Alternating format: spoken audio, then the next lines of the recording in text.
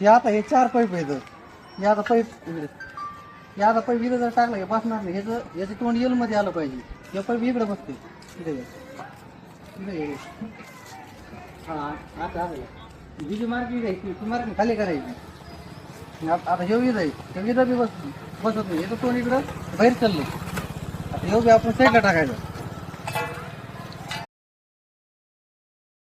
हम दर्द मोहब्बत का मिटा सकते हैं लेकिन हम दर्द मोहब्बत का मिटा सकते हैं लेकिन ये रोग